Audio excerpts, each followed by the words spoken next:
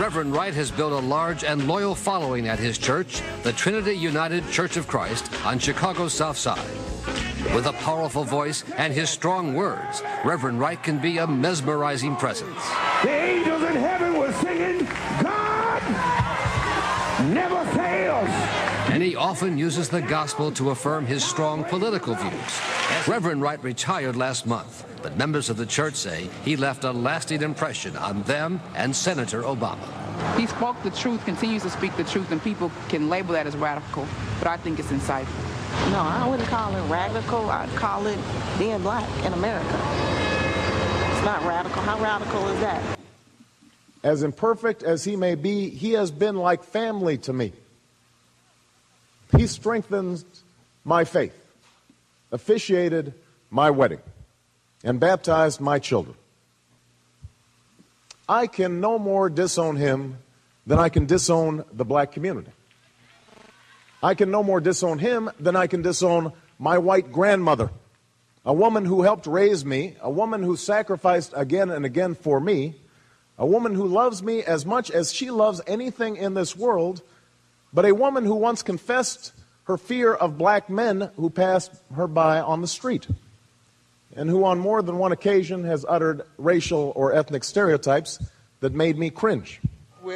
Who cares about what a poor black man has to face every day in a country and a culture controlled by rich white people. Somebody missed that. You got nervous because we got some white members here. I am still in Bible country. I am still in the text. Jesus was a poor black man who lived in a country and who lived in a culture that was controlled by rich white people. The Romans were rich. The Romans were Italians, which means they were European, which means they were white. And the Romans ran everything in Jesus' country. It just came to me within the past few weeks, y'all, why so many folk are hating on Barack Obama.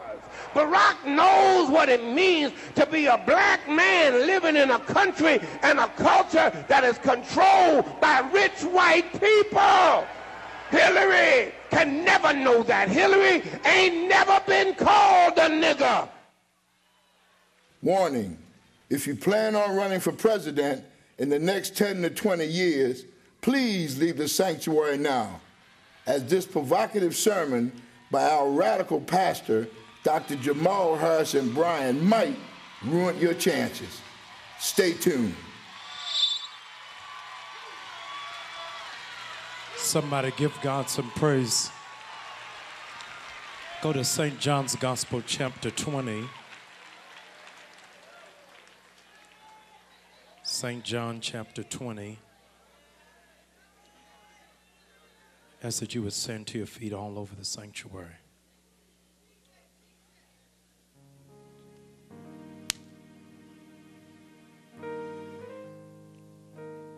To our fine arts ministry, Lady Wendy Nelson, Minister Jonathan Nelson, to our dance ministry, Sister Meekins, for all of them giving us a visual presentation of what God did for us 2008 years ago. Somebody shout hallelujah. St. John's Gospel, chapter 20. We're going to read verses 11 through 16. Let's read together with lifted voices. But Mary stood outside the tomb crying. As she wept, she bent over to look into the tomb and saw two angels in white seated where Jesus' body had been, one at the head. They asked her, "Woman, why are you crying?" "They have taken my Lord away," she said, "and I don't know where they have put him."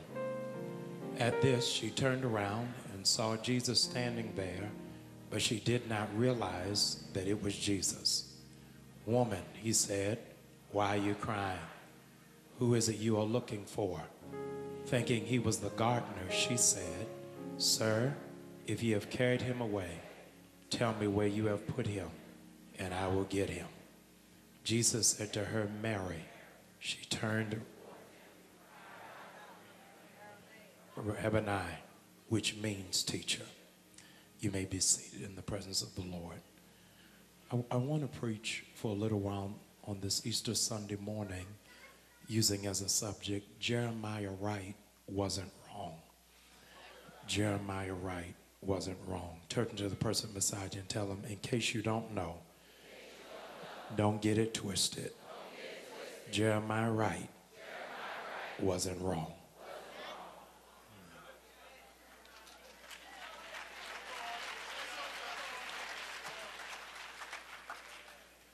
The oldest African-American denomination in these United States of America is the one in which we are a part of, the African Methodist Episcopal Church.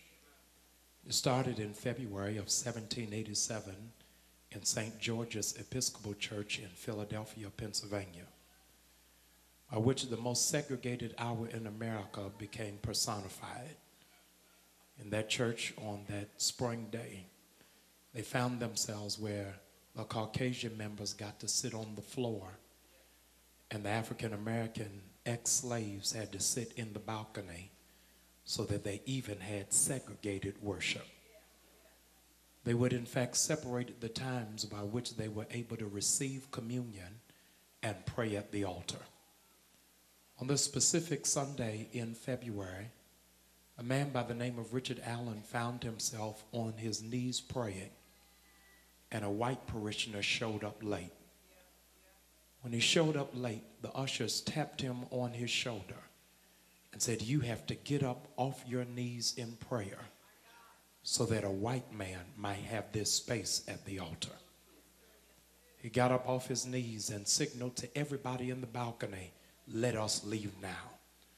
They went down the street to his anvil shop and began the African Methodist Episcopal Church.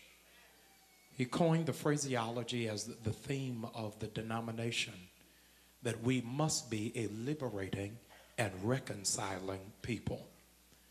To be liberated means to be liberated from any form of bondage, whether that's social, that's political, economic, or religious.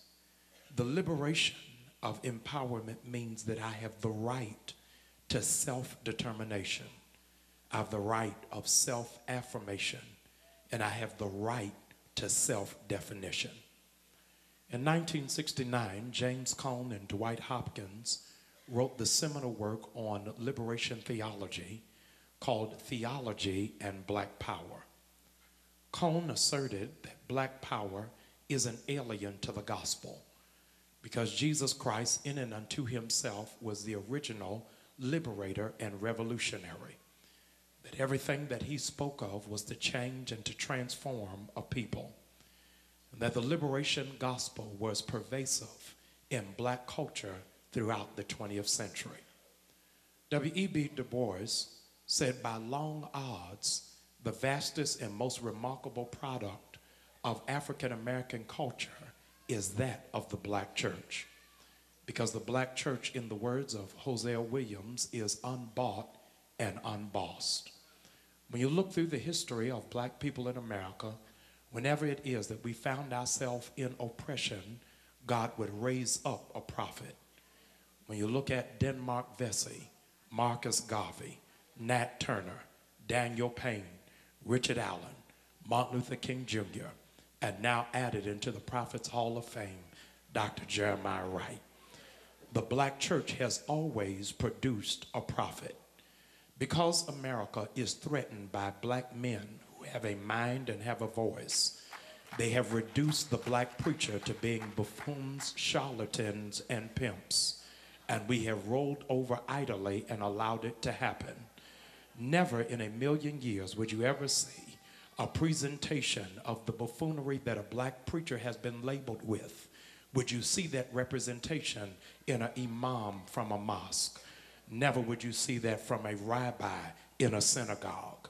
But because we have such low deference to what the signal honor of representing the gospel of Jesus Christ is about, then we will reduce our preachers to what they drive and what they wear and not what it is that they say. It is only in a racist oppression